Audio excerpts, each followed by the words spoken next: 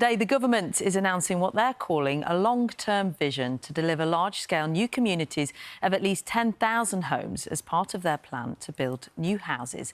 We can speak now to the Minister for Housing and Local Government, Matthew Pennycook, who joins us from Westminster. Morning to you. So we're looking at 1.5 million new homes within the first 5 years of a Labour government. These are similar promises we heard from Philip Hammond, from Boris Johnson. What makes you think you'll succeed where others failed? Well, you're right that we did hear commitments on housing numbers, housing targets from previous Conservative governments. They never once in 14 years met their 300,000 homes a year target. We've set out in our manifesto and in our plans for office a target to build 1.5 million new homes over those 5 years, over that Parliament. We think we can do it where they failed because we have a plan to deliver on the number. And we've taken the first steps of that plan yesterday in overhauling the national planning policy framework, increasing housing targets, targeted release of grey belt land. But today we're also announcing the establishment of an expert task force that will identify the appropriate locations across the country for large-scale new communities. It's another part of the plan to build those 1.5 million homes to tackle the housing crisis and unlock economic growth. The problem is, as you know, lots of people across the country will agree more homes are necessary, but when it comes to new houses being built where you live, that presents an issue. And you yourself tried to block a £770 million property development in your own constituency in 2021. You wrote to your local council saying that the plans were wholly inappropriate. If this was happening around where I live, many people at home would say, I want it, just not here. How do you get past that? Well, look, let me take the constituency case head on, because it was a speculative development application. It wasn't in line with the local plan that was in place or the site allocation. In the 3 years since it's had planning consent, not a single home has been built on the site. It is the type of speculative development we want to see less of. We want more plan-led development, which is why we're encouraging, as part of the changes we announced yesterday, to boost local plan coverage across the country. But you're right, there will be people in all parts of the country who will resist development at any cost of any kind. We need to take those people on, but we need a better offer for the far larger number of people who simply want to see better development, better quality homes, great places come forward. And our New Towns Task Force will not only identify the appropriate locations for large-scale new communities, whether they be urban regeneration projects, urban extensions, or, if you like, standalone greenfield new towns, but will ensure that through a new towns code, what comes forward is exemplary development, has high levels of affordable housing, has great infrastructure, amenities and public services, and access to nature. So we think we can change the conversation in part, partly through the settlements that will come forward through the task force and the advice that those independent experts will give to ministers about where the location should be chosen. A different type of development which partly changes the conversation about what is being built across the country. And it won't remove all resistance, it won't remove all objection, I'm sure, but I think it will reduce it. So when you talk about taking that resistance on, because there will be resistance and legitimate resistance, it's not NIMBYism to want to protect your community necessarily, is it? So where does that enforcement come from, or do you put that onto the local authority to enforce it? Well, it will be primarily a choice for the local authority about how it shapes development in its local area. And the best way to do that is through putting a local plan in place. And part of the problem is we've inherited a situation after 14 years of Conservative government where we only have a third of up-to-date local plan coverage across the country. So we're in the absurd situation of having a local plan-led planning system, if you like, with only a third up-to-date coverage. That's not enough. We've taken steps in the measures we announced yesterday to boost coverage across the country. We want to see every local authority in England with a local plan in place by next year. Okay. We're going to give support to enable that to happen, but in extremis, we are willing, where the previous government were not, to step in and take local plans off individual local authorities that hold out, that don't even take steps to progress their local plan development. And in that way, we think we can boost coverage and better shape development, because you're absolutely right.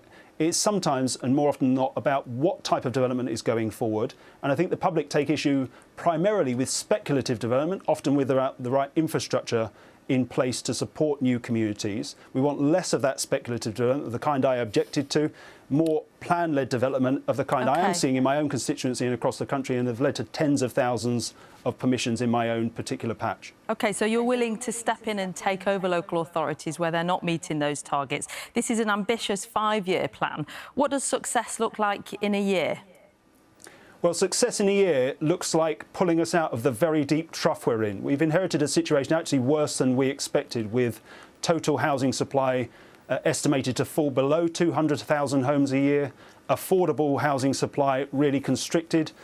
Through government grant-funded affordable housing, we're down from an estimate of 180,000 homes through that route down to between 110 and 130,000. So we've a really dire inheritance, if you like. And I think success in the early part of this Parliament will be pulling us out of that trough and starting to step up rates of house building. It's partly why we announced a housing accelerator task force to look at those sites across the country which already have planning permission but are being held back or constrained by particular factors where central government moving in to provide a bit of support and a bit of intervention might unlock those. But we very deliberately chose a 5-year target of 1.5 million homes because we are in such a bad place in terms of housing supply, housing delivery, that it will be a real effort to pull us out of that situation over a 5-year period. And you are confident that within 5 years those 1.5 million homes will be built?